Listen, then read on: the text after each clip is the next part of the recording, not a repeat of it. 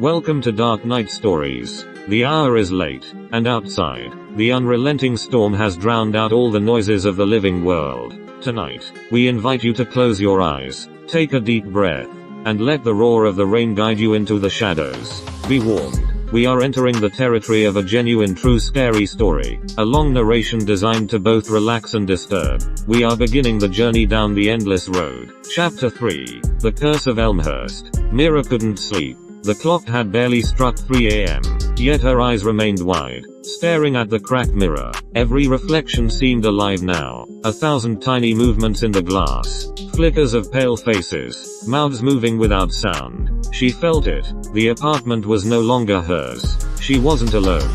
Desperate for answers, Mira decided she had to understand the origin of apartment 507. She researched Elmhurst City by day, scanning old newspapers, forums, and city archives. What she discovered made her blood run cold. Elmhurst wasn't just any city, it was a place with a history steeped in tragedy. A century ago, a fire had consumed the northern district where apartment 507 stood. Families vanished, neighbors reported strange disappearances, and locals whispered about a shadow man who collected souls. No bodies were ever found. But the truth became more personal when Mira found a faded photograph tucked inside a city archive folder, an image of apartment 507 from the 1920s. In it, a man in a dark suit stood at the doorway, his expression familiar, impossibly familiar. She blinked. It was Mr. Carlton. It didn't make sense. How could he have existed 100 years ago? Then she read the journal entry next to the photo. The words were almost illegible. The mirror will keep them. The city will remember. I will feed. And I will live. But only through them. They will replace me. Yet I will never die. Elmhurst is mine. Myra's hand shook. She realized. This was no ordinary landlord. Carlton wasn't just a man.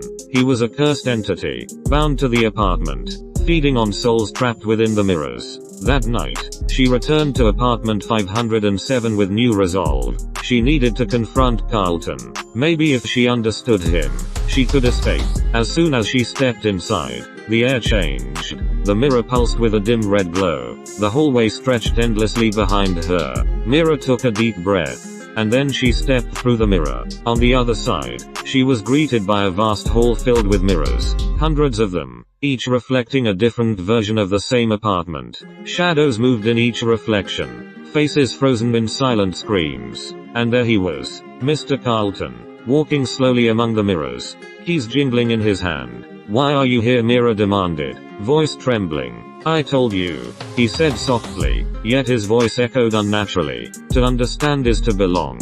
Mira realized then that every trapped soul she had seen, her reflection, the figures pressing against the walls, had once been like her. Ordinary people seeking refuge, tricked into stepping through the wrong mirror, the wrong threshold.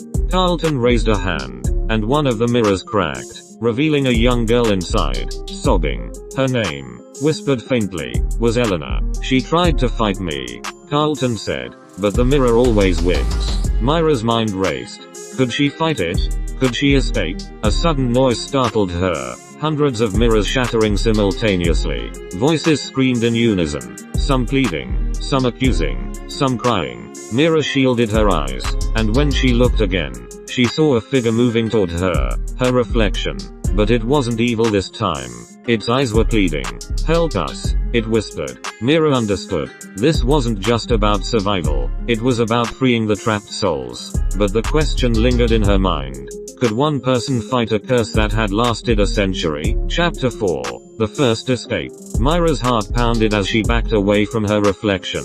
The hallway of mirrors seemed to stretch infinitely. Yet one thought burned in her mind. She had to find a way out, before she became another face trapped inside. The whispers grew louder, forming words she could understand now. Follow the light. Follow the cracks. Don't trust him. Instinctively, Mira turned toward the faintest glimmer in the distance. It was a mirror with a jagged crack running diagonally across it. Light poured through the crack, illuminating a path through the darkness. She stepped carefully, ignoring the mirrors on either side. Some showed horrifying visions. her mother's face contorted in fear.